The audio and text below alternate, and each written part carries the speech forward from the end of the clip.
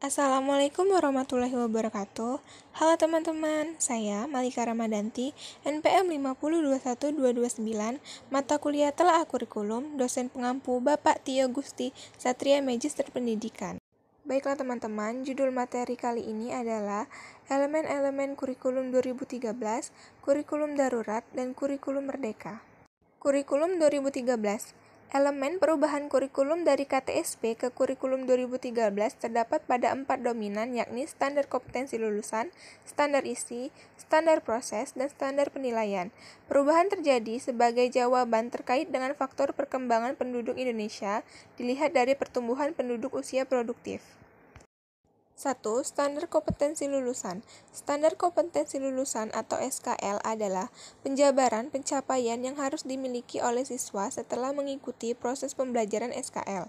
Pada kurikulum 2006, diturunkan atau dijabarkan berdasarkan mata pelajaran. Artinya, pada kurikulum 2006 yang disusun terlebih dahulu adalah mata pelajaran berulah, kemudian dari mata pelajaran tersebut ditentukan SKL yang harus dicapai.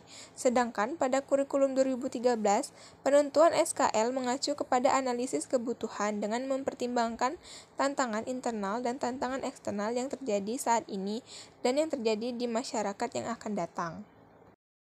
2. Standar isi. Standar isi merupakan materi yang harus diberikan kepada siswa untuk mencapai SKL. Pada standar isi ini ada 3 kompetensi sikap, pengetahuan, dan keterampilan. Jika pada kurikulum KTSP, kita mengenali standar kompetensi inti dan kompetensi dasar. Kompetensi inti terdiri atas 4, yakni KI 1 spiritual, KI 2 sosial, KI 3 pengetahuan, dan KI 4 keterampilan. 3. Standar proses. Standar proses mengandung sistem atau cara untuk teknik bagaimana kita menyampaikan materi kepada siswa. Pada kurikulum KTSP, standar proses terfokus pada ekspoliasi, elaborasi, dan konfirmasi, sedangkan pada kurikulum 2013 dilengkapi dengan mengamati, menanya, mengelola, menyajikan, menyimpulkan, dan menciptakan. 4. Standar penilaian. Untuk mengukur ketercapaian kompetensi yang dimiliki oleh siswa, maka sistem penilaian juga berubah.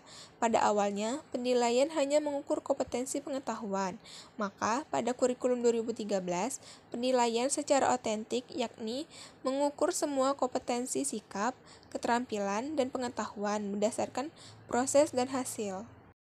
Kurikulum darurat. Kurikulum darurat merupakan kurikulum yang dapat dilaksanakan oleh satuan pendidikan dalam kondisi khusus, yakni memberikan fleksibilitas bagi satuan pendidikan untuk menentukan kurikulum sesuai dengan kebutuhan pertimbangan peserta didik.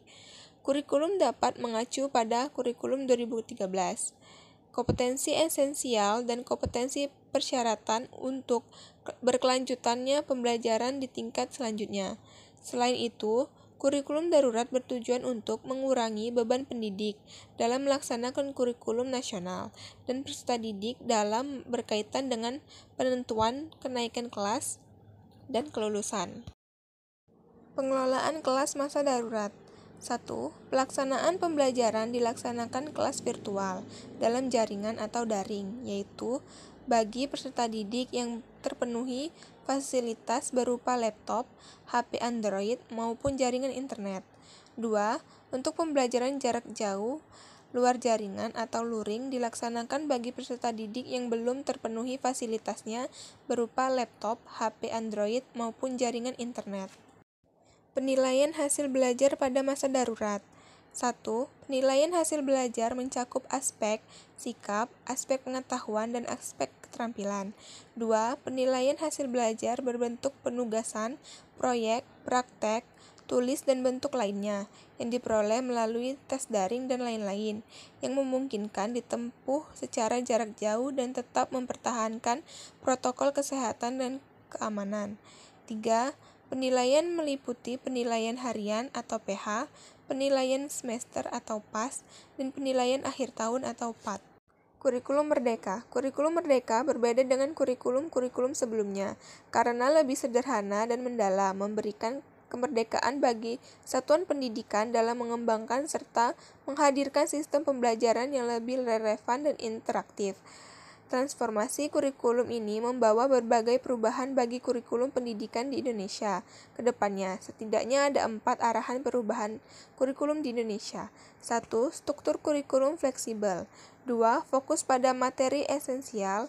3. Penanganan beragam perangkat ajaran. 4. Pemanfaatan teknologi digital. 3 elemen kurikulum merdeka. 1.